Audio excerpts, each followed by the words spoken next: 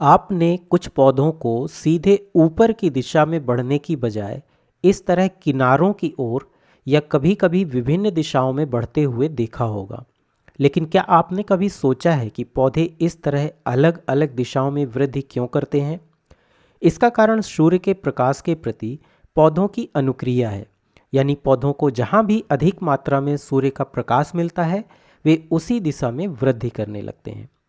लेकिन पौधों में ऐसी कौन सी चीज होती है जो उन्हें अलग अलग दिशाओं में मुड़ने और केवल प्रकाश की दिशा में वृद्धि करने के लिए प्रेरित करती है?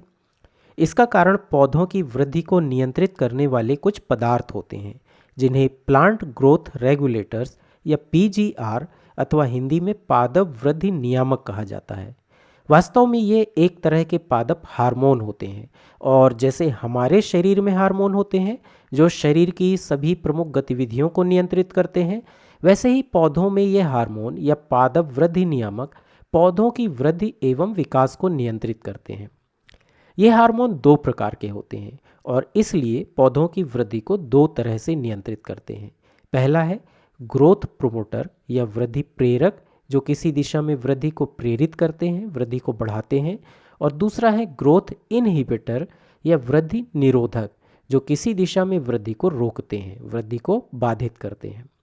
यहाँ पौधों की वृद्धि का मतलब है पौधे के तने की लंबाई का बढ़ना, जड़ों का बढ़ना, फूल आना इत्यादि। और वृद्धि को बाधित करने का मतलब है बीजों को अंकुरित होने से रोकना, बीजों की निष्क्रियता को प्रेरित करना इत्यादि। इनमें से वृद्धि प्रेरक के अंतर्गत मुख्य रूप से ऑक्सिन्स, जिब्रेलिन्स और साइटोकाइनिन्स आते हैं, जबकि वृद्धि निरोधक के अंतर्गत मुख्य पीजीआर एब्सिसिक एसिड है। इसके अलावा एथिलीन भी एक वृद्धि नियामक है जो वृद्धि प्रेरक और वृद्धि निरोधक इन दोनों की तरह काम करता है। इस वीडियो में हम वृद्धि प्रेरकों यानी ऑक्सिन्स, जिब्रेलिन्स और साइटोकाइनिन्स पर चर्चा करेंगे। एब्सिसिक एसिड और एथिलीन पर हम अगले वीडियो में चर्चा करेंगे। तो चलिए सबसे द्वारा ऑक्सिन्स को देखते हैं। ऑक्सिन शब्द एक ग्रीक शब्द से लिया गया है जिसका अर्थ है बढ़ना या वृद्धि करना। ऑक्सिन्स वैज्ञानिकों द्वारा सबसे पहले खोजे गए पादप हार्मोन थे और अब ये व्यापक रूप से अध्ययन किए जाने वाले हार्मोनों में से एक है। ऑक्सिन्स के कई कार्य हैं और उनमें से एक है पौधों को सूर्य के प्रकाश की दिशा में मोड़ना, और इस परिघटना को फोटोट्रोपिज्म या प्रकाशानुवर्तन कहा जाता है। जैसे इस पौधे को देखिए, इस पौधे को इस दिशा से अधिक सूर्य का प्रकाश मिल रहा है और पौधे का यह भाग छाया में है, यह सूर्य के प्रकाश की दिशा में नहीं है। अब यहाँ पौधे का जो भाग छाया में है वहाँ ऑक्सिन का उत्पादन होने लगता है और यह ऑक्सिन धीरे धीरे पौधे के इस भाग की कोशिकाओं को लंबा कर देता है, जिसके कारण पौधे का तना दूसरी दिशा में यानी सूर्य की प्रकाश की दिशा में मुड़ जाता है और इसलिए पौधा भी सूर्य के प्रकाश की ओर झुक जाता है। इस प्रकार ऑक्सिन प्रकाशानुवर्तन को नियंत्रित करते हैं, जिसका मतलब है पौधे का सूर्य के प्रकाश की अनुक्रिया में प्रकाश की दिशा में झुकना। ऑक्सिन के कारण पौधों में एक और प्रकार की वृद्धि देखने को मिलती है जिसे जियोट्रोपिज्म या गुरुत्वानुवर्तन कहा जाता है। इसमें गुरुत्वाकर्षण की अनुक्रिया में पौधे का शूट यानी प्ररोह गुरुत्वाकर्षण की विपरीत दिशा में यानी ऊपर की ओर वृद्धि करता है, जबकि जड़ें नीचे की ओर वृद्धि करती हैं। ऑक्सिन पौधों की जड़ों के विकास को भी प्रेरित करते हैं। ये जड़ों की प्रारंभिक कोशिकाओं पर कार्य करते हैं और जड़ों को विकसित होने और लंबाई में वृद्धि करने के लिए प्रेरित करते हैं। इसी तरह ऑक्सिन का एक अन्य प्रमुख कार्य एपिकल डोमिनेंस यानी शिखाग्र प्रधान्यता को प्रेरित करना भी है। शिखाग्र प्रधान्यता क्या होती है? तो हम जानते हैं कि पौधों में दो प्रकार के मेरिस्टेम यानी विभज्योतक ऊतक होते हैं।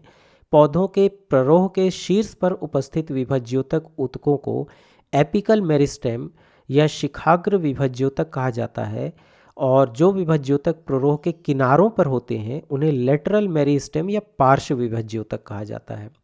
शिखाग्र प्रधान्यता तब होती है जब ऑक्सिन्स प्ररोह को लंबाई में वृद्धि करने के लिए प्रेरित करते हैं। यह प्ररोह के शीर्ष पर स्थित कलियों और शिखाग्र विभज्योतक को विकसित करता रहता है, जिसके कारण पार्श्व कलियों का विकास अवरुद्ध हो जाता है। इसे ही एपिकल डोमिनेंस या शिखाग्र प्रधान्यता कहते हैं। आपने माली को प्रायः पौधों की छटाई करते समय उनके शीर्ष भाग को काटते देखा होगा। ऐसा पौधों को लंबाई में वृद्धि करने से रोकने के लिए किया जाता है। इससे ऑक्सिन्स का उत्पादन उनके ऊपरी भाग में कम हो जाता है, जिसके कारण पार्श्व कलियों में वृद्धि होने लगती है और इससे पौधे लंबे होने की बजाय झाड़ीदार हो जाते हैं।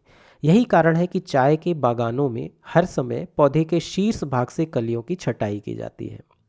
अब ये ऑक्सिन दो प्रकार के होते हैं। पहला प्रकार है प्राकृतिक ऑक्सिन, जैसे इंडोल 3 एसिटिक एसिड, जो कि खोजा जाने वाला पहला ऑक्सिन था, और इंडोल ब्यूट्रिक एसिड। जबकि दूसरा प्रकार है सिंथेटिक या कृत्रिम ऑक्सिन्स, जैसे नेफ्थलीन एसिटिक एसिड और 2,4 डाइक्लोरोफिनॉक्सी एसिटिक एसिड, जिसे संक्षेप में 2,4-D भी कहते हैं। प्राकृतिक ऑक्सिन पौधों में ही बनते हैं, जबकि कृत्रिम ऑक्सिन औद्योगिक रूप से बनाए जाते हैं और कृषि तथा बागवानी उद्योग में विभिन्न कार्यों के लिए उपयोग किए जाते हैं। चूँकि ऑक्सिन पौधों को वृद्धि करने के लिए प्रेरित करते हैं, इसलिए छोटे पौधों को तेजी से बड़ा करने के लिए उन पर प्रायः कृत्रिम ऑक्सिन का छिड़काव किया जाता है। चलिए अब अगले वृद्धि प्रेरक को देखते हैं, जो कि जिबरेलिन्स हैं।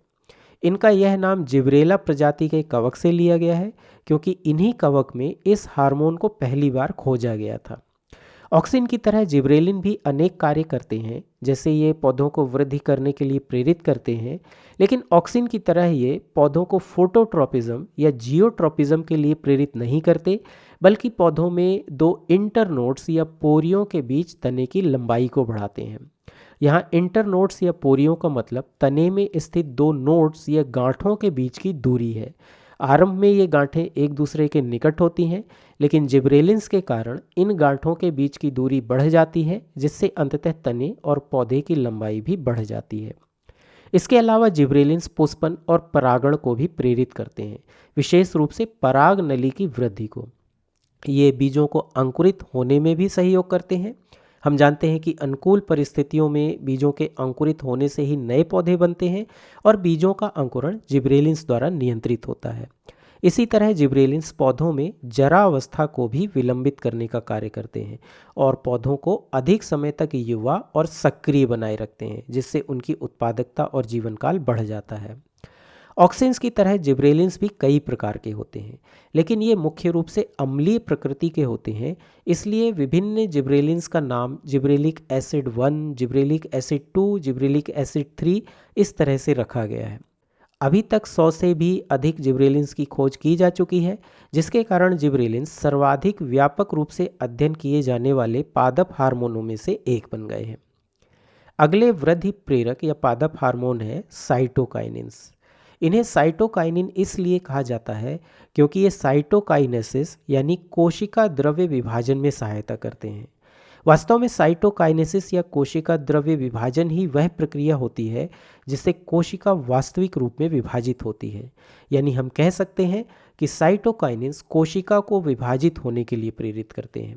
इतना ही नहीं, साइटोकाइनिन कोशिका विभेदन में भी सहायता करते हैं, जिसका अर्थ है अविकसित कोशिकाओं जैसे मेरिस्टेम या विभज्योतक का परिपक्व होकर विशिष्ट प्रकार की कोशिकाओं में परिवर्तित होना, जो पौधे के विभिन्न अंगों और ऊतकों जैसे पत्तियों, जड़, तना इत्यादि का निर्माण करती हैं। चूँकि साइटोकाइनिन कोशिका विभाजन और कोशिका विभेदन में सहायता करते हैं, इसलिए ये प्रायः पौधों के नवीन या युवा भागों जैसे प्ररोह, पुष्प की कलियों इत्यादि में अधिक मात्रा में पाए जाते हैं। ऑक्सिन्स के विपरीत साइटोकाइनिन्स लेटरल ग्रोथ या पार्श्व वृद्धि को प्रेरित करते हैं, जिसका अर्थ है पार्श्व विभज्योतक का वृद्धि करना, जिसके कारण तने से नई शाखा या नए फूल निकलते हैं। जैसे इस चित्र में हम देख सकते हैं कि यह एक मुख्य टहनी है। अब ऑक्सिन्स यहाँ शिखाग्र विभज्योतक पर कार्य करते हैं और टहनी को लंबा करते हैं, जबकि साइटोकाइनिन्स पार्श्व विभज्योतक पर कार्य करते हैं और पार्श्व कलियों एवं शाखाओं को वृद्धि करने के लिए प्रेरित करते हैं। इसी प्रकार जिब्रेलिन्स की तरह साइटोकाइनिन्स भी पत्तियों में जरावस्था को विलंबित करने का कार्य करते हैं, जिससे पत्तियां लंबे समय तक पौधों से जुड़ी रहती हैं। अन्य पादप हार्मोन्स की तरह साइटोकाइनिन्स भी कई प्रकार के होते हैं। जैसे एडेनिन प्रकार के साइटोकाइनिन्स के अंतर्गत जियाटिन और काइनेटिन आते हैं। हालांकि इनमें से काइनेटिन खोजा जाने वाला सबसे पहला साइटोकाइनिन था, लेकिन इसकी खोज किसी पौधे में नहीं की गई थी, बल्कि इसकी खोज हैरिंग मछली के शुक्राणु के डीएनए में की गई थी, जबकि जियाटिन पौधों में प्राकृतिक रूप से पाया जाने वाला साइटोकाइनिन है। साइटोकाइनिन्स का एक अन्य प्रकार फेनिल यूरिया है, जिसका उदाहरण थाइडाई एज्यूरान है, लेकिन यह भी पौधों में प्राकृतिक रूप से नहीं पाया जाता है। ठीक है, अभी तक हमने जितने भी पादप वृद्धि नियामकों पर चर्चा की है, उनका कृषि और बागवानी में अनेक कार्यों के लिए उपयोग किया जाता है।